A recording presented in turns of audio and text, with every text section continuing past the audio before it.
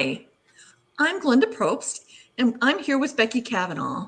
And today we're going to be presenting the Burnout Workshop. So, first I'm going to introduce myself, and then I'm going to introduce Becky, and then we're going to talk about burnout and what makes nannies burnout and what the signs are of burnout. So, as I said, I'm Glenda. I was a professional nanny for 31 years. I was with one family for 23 years and one family for 8 years. And that's one of the things that Becky and I have in common is that we both worked long-term for a family. So we know the ins and outs of those relationships, and we know what works and we know what doesn't.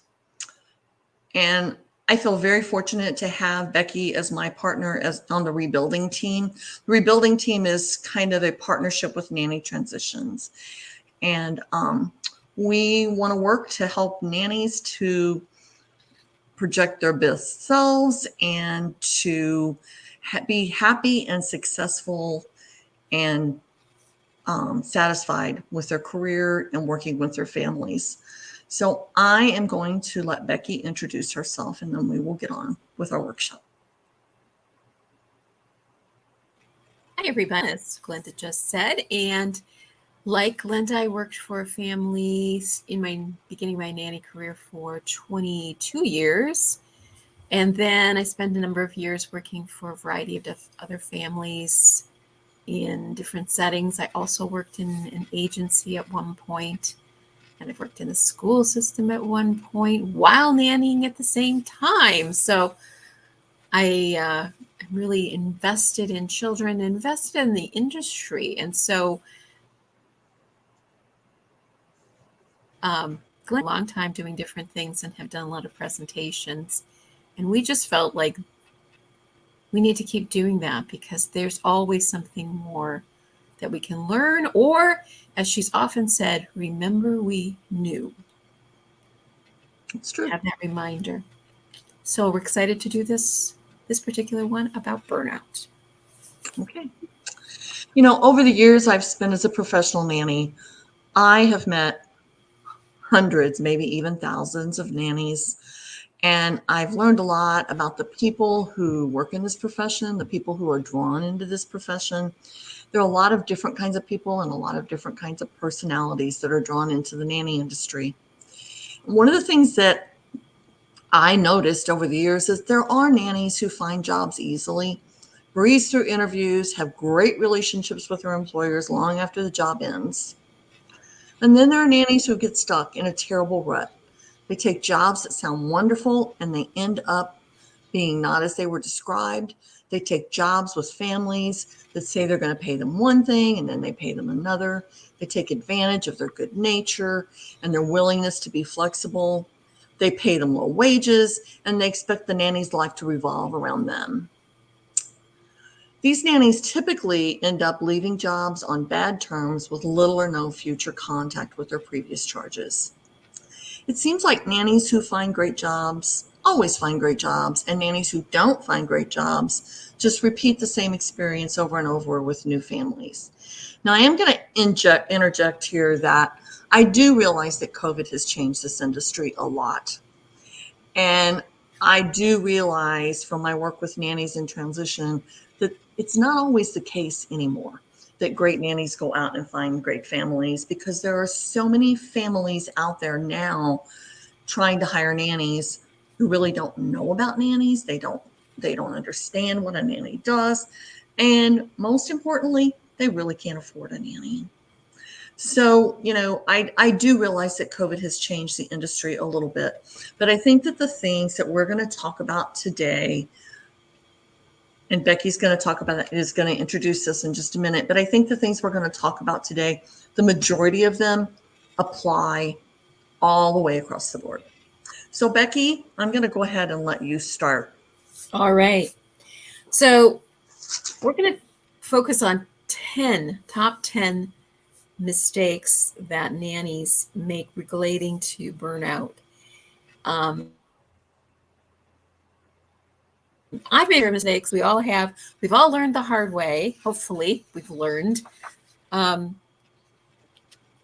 and sometimes there's a pattern that's involved in that, So as Glenda's mentioned, being taken advantage, it happens over and over again.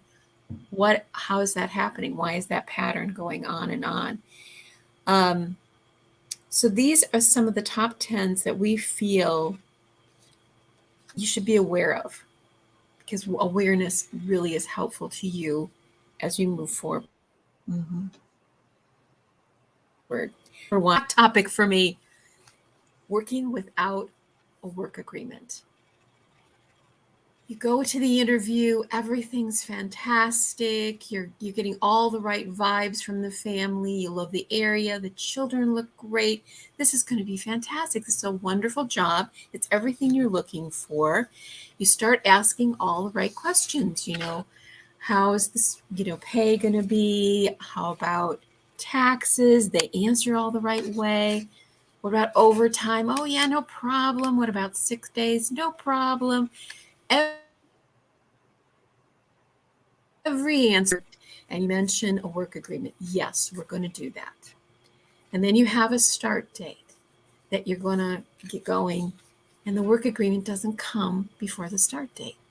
So now you're in this little bit of a pickle and you start, right? You start the job and you know you're going to love it, and you do. Like, you're just thrilled with it. And there's still no work agreement. And you ask, hey, is this work agreement? Oh, yeah. It's been so busy. We're going to get there eventually. But it doesn't happen. And you ask and ask, and it doesn't happen. And now you're in this weird place where you thought one thing was going to be going on, and it isn't really, even though you're loving this job. And then you push a little harder, and they might say something like, well, our neighbors don't use it, so we don't really need to. Our CPA said we don't really need to have one. Or maybe we're feeling uncomfortable about writing it all down and signing it and stuff like that. And now there's a problem, because this is a bigger thing than just, I don't want to do this. It's why they don't want to do it. There should be that mutual respect, that trust, your faith in one another. And that's why the work agreement is there. It's to help lay out that ground rules of how you're going to build your working relationship. And when the foundation isn't there, then you go back and you say, oh, what about vacation time? And they'll be going, well, I don't think we talked about that. But when you have the work agreement, you always have something to go back to.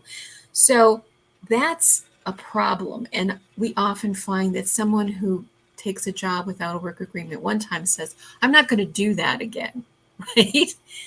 But then you find out they do it again. And you're like, how could you have done that the second time after we learned the lesson not to do that?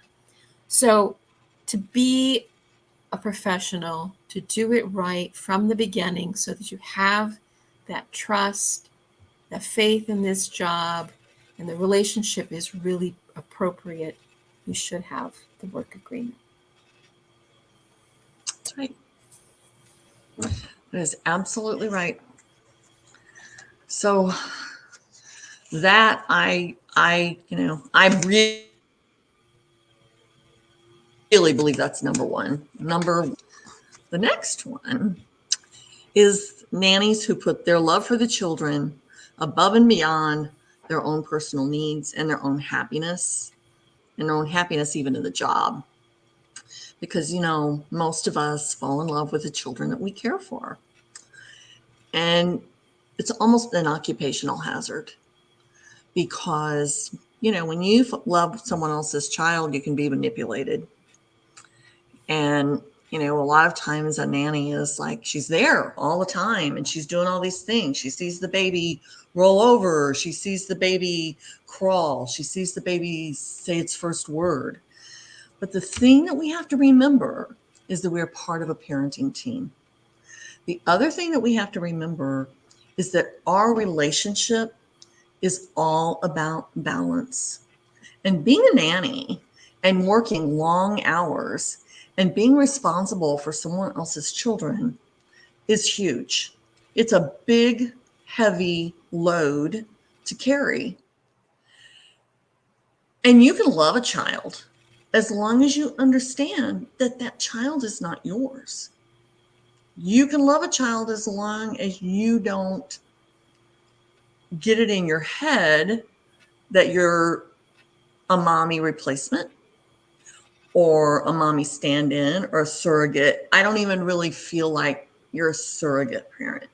I think a nanny has a very specific role in the family, but I don't think that your presence in a family usurps a parent's presence and their responsibility, because your responsibility is temporary. Your responsibility is to give them a foundation of love, a foundation of wisdom, a foundation of education, the basics in life. But there are very specific steps in a nanny's job that you need to be paying attention to, because nanny jobs end. And you can't, if you set yourself up to think that your nanny job is never going to end, you're going to get really hurt and really disappointed and really discouraged, because you are not the parent. No matter how much you love that child, you are not the parent. And I have had nannies who had become parents who said, I really thought I loved my nanny kids, but wow, having my own kids, there's just nothing that's not the same. And your love as a nanny, your love for the child is special, and it's a special bond. But you're not a parent, and you're not always going to be in their life. And you don't always get to be in the whole story. Sometimes you only get to be in a chapter. And you have to be realistic about that. And you have to have a balance. And Becky's going to talk about this in a little while, about having a life beyond your job. But this is what's most important, is to know that nanny jobs end. You can love your kids. You can love them crazy, but you have to keep things in perspective, and you have to be realistic with yourself, and don't set yourself up for that hurt and disappointment and pain. Okay. You should always have a plan, because you never know what's going to happen. Life can turn on a dime. And sometimes nanny jobs end for crazy reasons. So you always have to be prepared, and you always have to have your head on straight in this job. You can't just get obsessed with a family and just think that this is your be all end all. So we're going to talk a little bit more about that later too. But Becky, I'm going to let you go on to the next point. So number 3, number 4, number 5. I think they are of truth. Not having a life beyond what you're doing in childcare. With that, not having other interests, hobbies, anything beyond nannying. We're going to expand on this. And then the other one, not developing friendships outside of the nanny industry. Okay. So basically you are building a bubble all about children, all about nanny work. All your friends are nannies.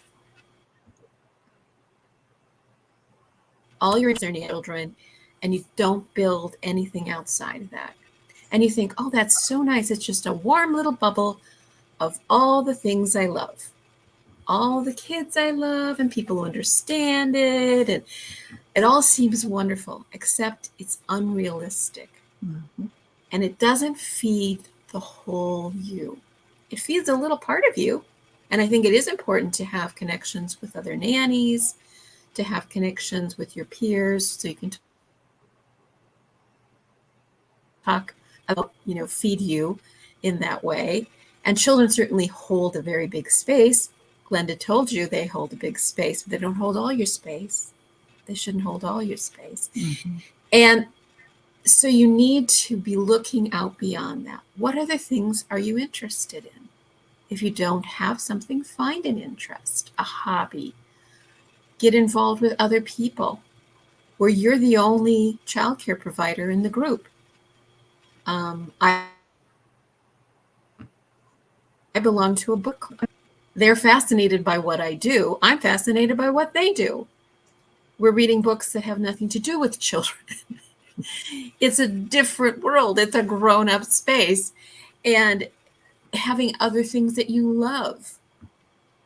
Maybe you're taking a cooking class and you're meeting other people. Mm-hmm. Maybe you're doing something in your community, volunteering. You're taking your step outside of yourself, because that bubble that you're building and you live all inside of there, when something goes wrong, when trouble comes of any kind, that bubble is not going to always be able to help you.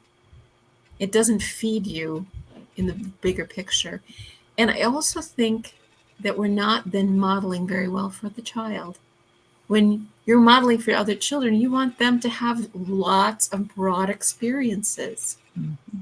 We do it very well for children. We sometimes don't do it very well for ourselves. Mm-hmm. So living a life beyond the nanny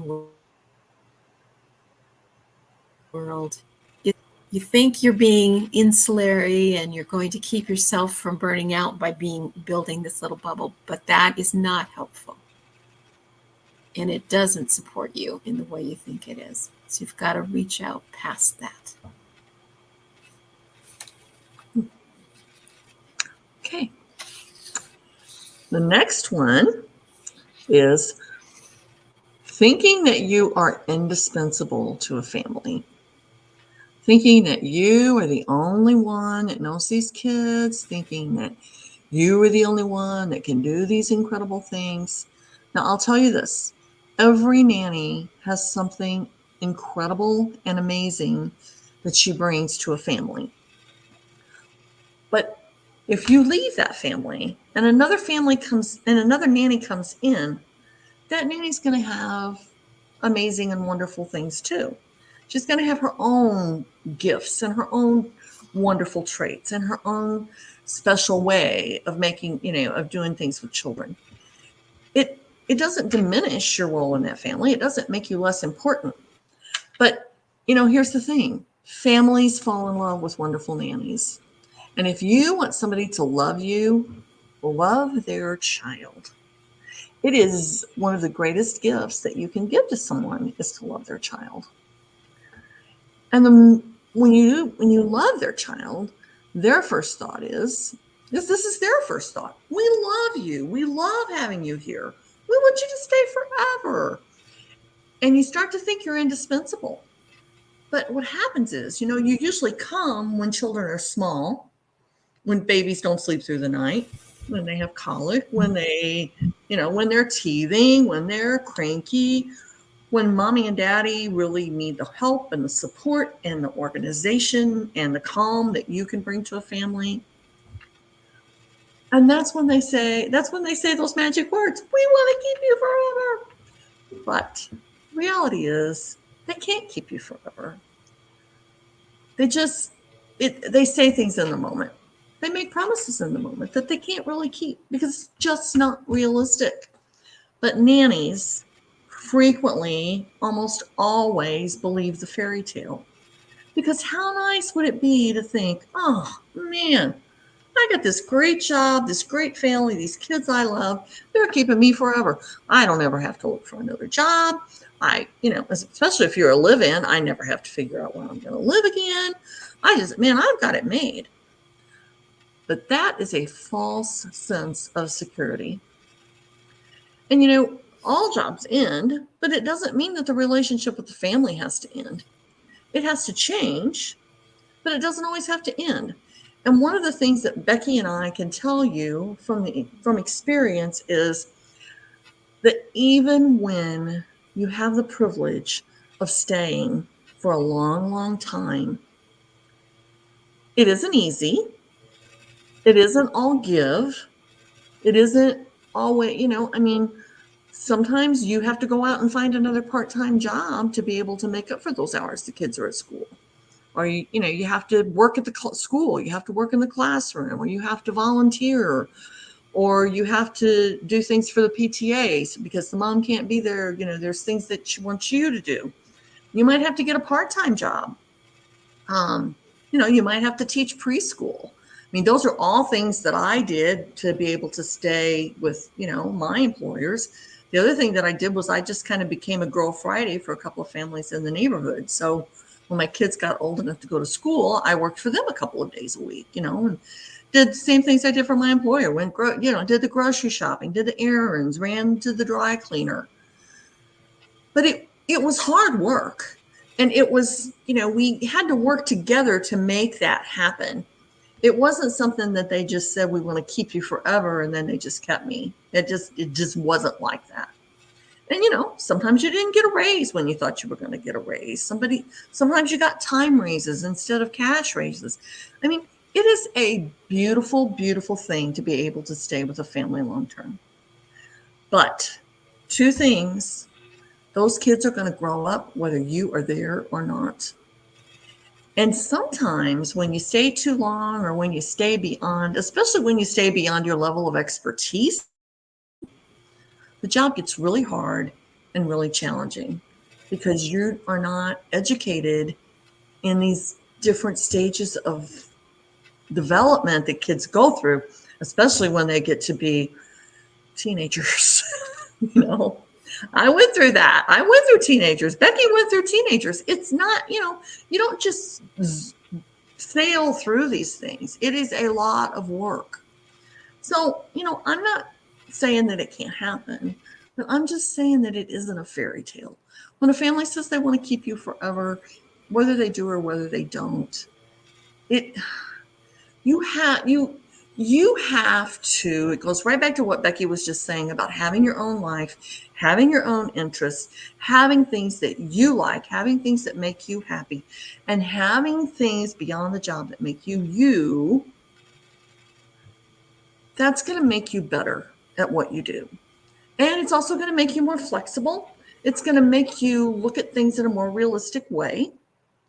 And it's going to help you realize that you've got to be in charge of your own life. You are the one who needs to take care of you. You are the one who needs to look out for you. You can't just let a family determine your future. Even if you love their children. If you love their children, work it out so you can stay. But don't just assume that just because a family loves you, they're going to take care of you the rest of their life, because honestly, it isn't their job. Okay?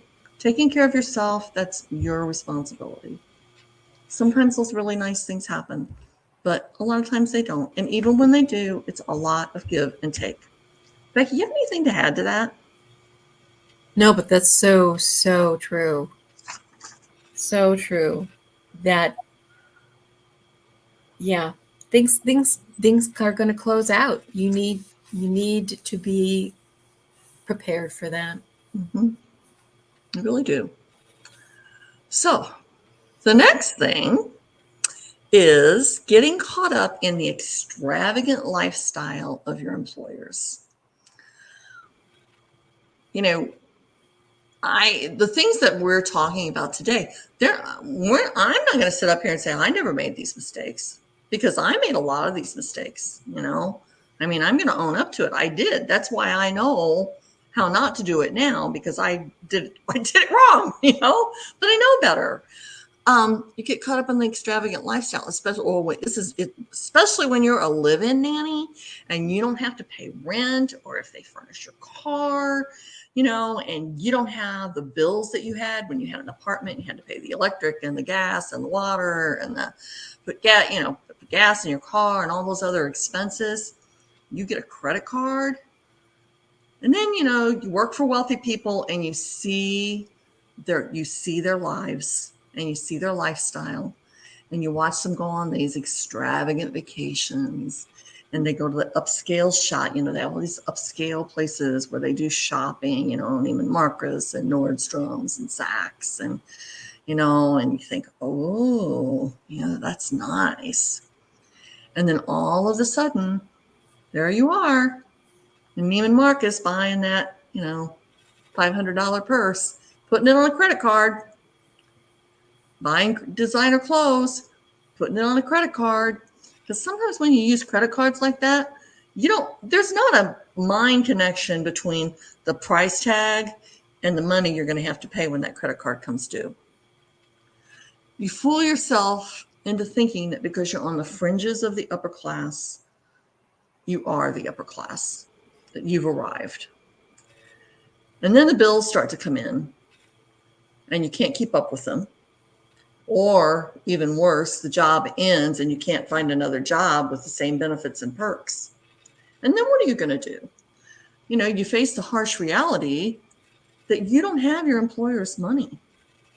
When you're living with a family and you've got that money coming in and you've got that job security, you can do some of those kinds of things, and you can take those extravagant vacations, and you can buy those expensive clothes and those expensive purses, or, everybody has a thing. Everybody has a thing that they like to spend their money on. Mine and Becky's just art supplies. But, everybody has something that they like to spend their money on. And you just have to be realistic. And you have to remember who you are and what your role is in the family. And you have to set a good example for your kids. It's good for your kids to have someone in their life that says, oh, that's really nice, but I don't really have the money for that right now. I'm going to have to work a little bit longer to have that, or whatever. But don't get caught up in the extravagant lifestyle of your family. Don't say, we're doing this, we're doing that, we're going to Paris, we're putting addition on the house. No, it's not your house, it's not your trip, it's not your money. You have to learn to live within your means. It doesn't mean that if you can afford a Coach purse, you shouldn't get one, but you shouldn't get 6 and put them on the credit card. You just have to be realistic.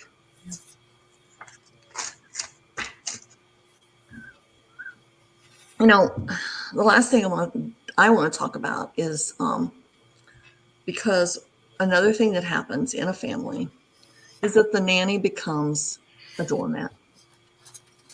Oh, you want me to work late tonight? Well, I don't have anything to do. Yeah, I can do that. I'd rather work than, go home and watch TV by myself.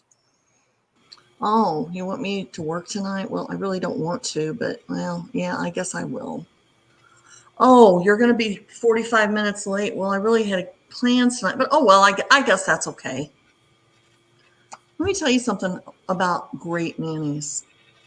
The best nannies are the nannies who love themselves enough to take care of themselves, enough to stand up for themselves so that they can take care of other people. When you let someone run your life, make your decisions for you, kowtow to someone else's every whim, bend over backwards for a family, you become a doormat. You need to find your voice. You need to know yourself well enough to know what kind of a family situation you work best in. You need to know what's going to keep you happy and motivated in your job. And always saying yes to everything that your employers want is not going to be that.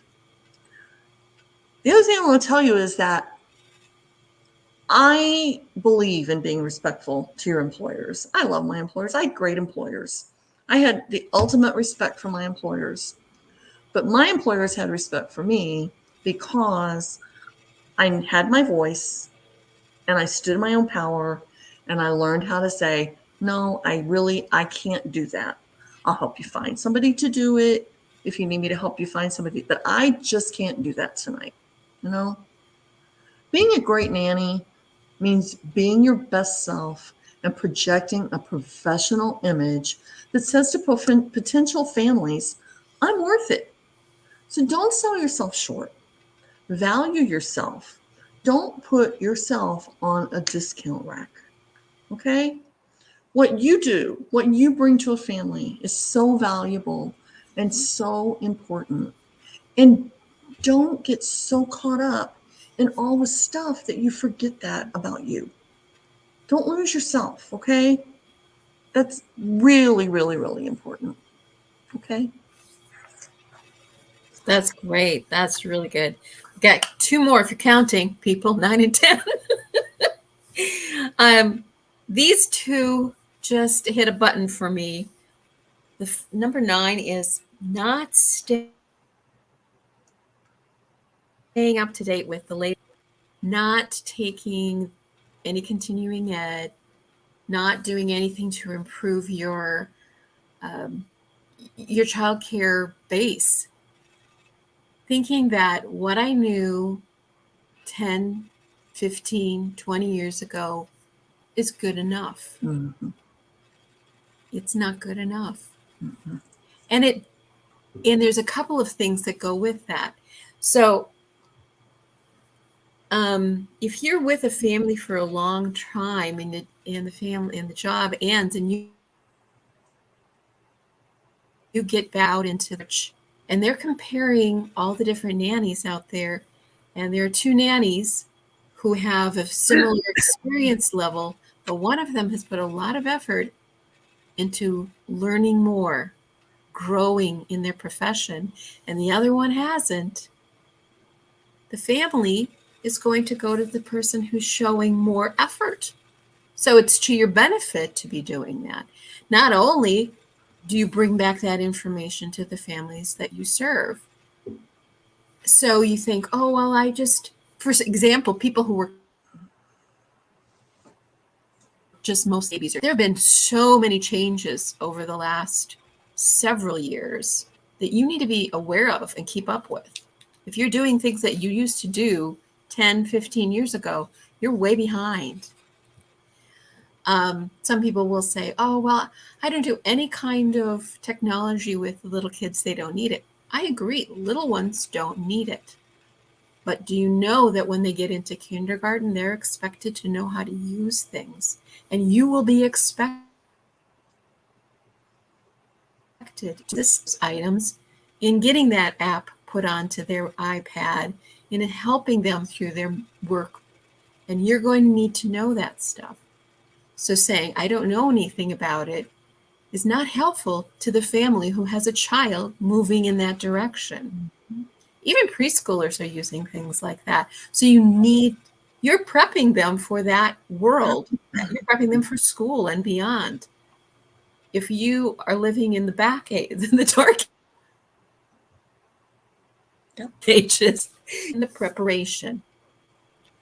And it's another way to expand your knowledge base, but also just your understanding things all over the place. There's a lot of things you can be taking and doing. And you'll be meeting other people of like-mindedness. Now, I know we said we don't want to be insular, but there are people all over the country who come to things online courses. Then now that we're open again, we can go, and we can listen to speakers speaking about things that have a broader range to the world around us, and that we can be bringing that back to our families. Also they see that you're making an effort. They're like, wow, we want to keep her around. She's really putting in a lot of effort. So there's a lot of benefits to being up to date in those child development issues, and of course, things like that. And when you don't do that, you're doing a disservice to yourself and to the families that you work with. Mm-hmm. And you're going to feel like you're just running on a mill. It's very refreshing to take a class, even if it's something you've already taken. Maybe you know a lot about it. Maybe you could be so good as to teach it. But when you take it, there's something very refreshing and uplifting about it. And that can bring freshness back to your job. Stay at bay. And then the last one is fear. And, Glenda and I have talked about this many times in different workshops. that people are fearful of looking at an issue of straight on. I'm burning out. I'm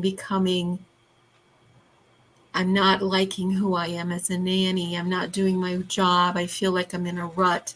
But they don't want to look at it because they're fearful. They don't want to go talk to their employer about something that they could change and make things better because they're fearful.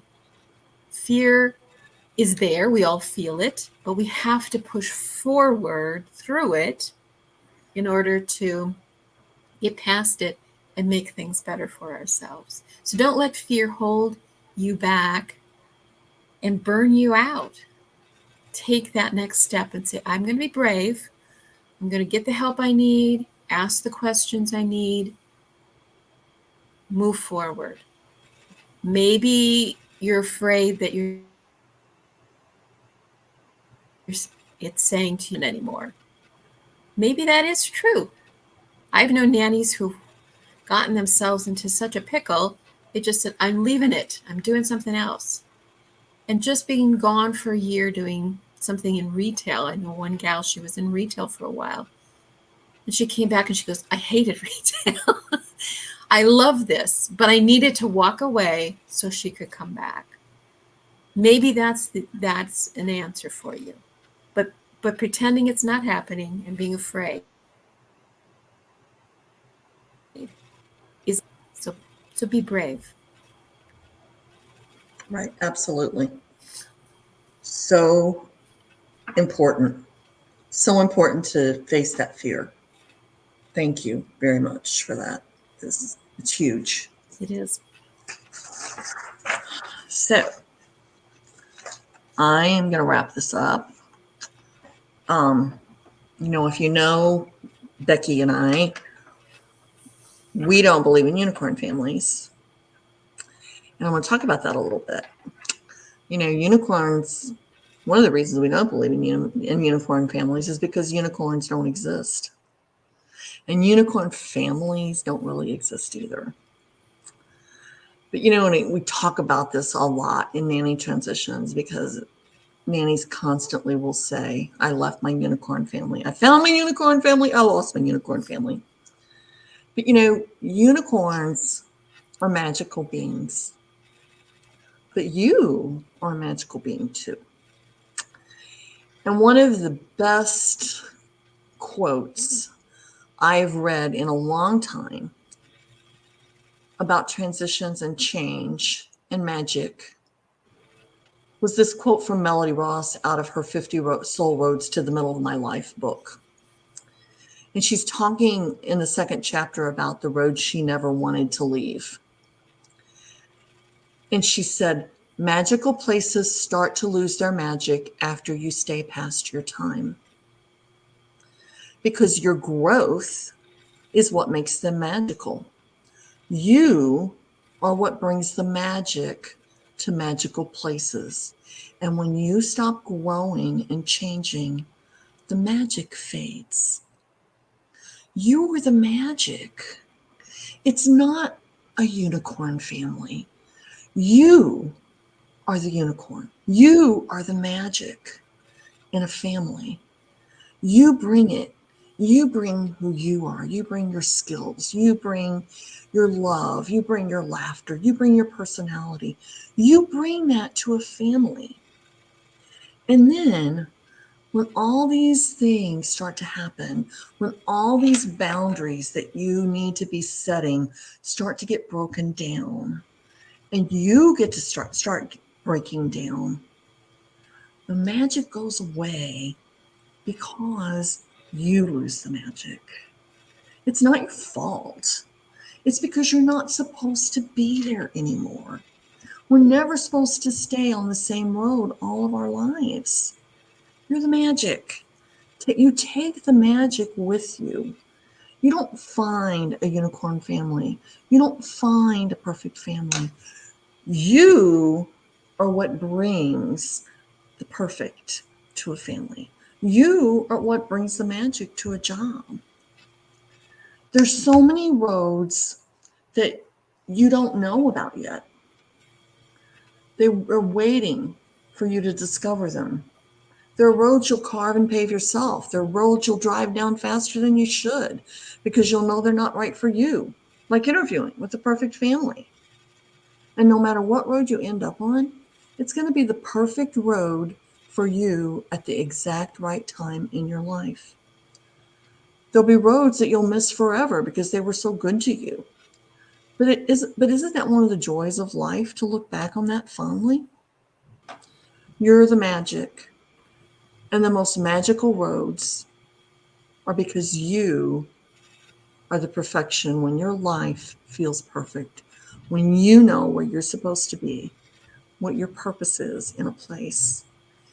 And no matter what you have to leave behind, you're the one that will always be on the road with yourself. So you need to remember you're the magic, not the unicorn family. You're the one that brings the magic. Okay? Becky, you have anything to add? No, but I am the magic babe. Oh, I like that.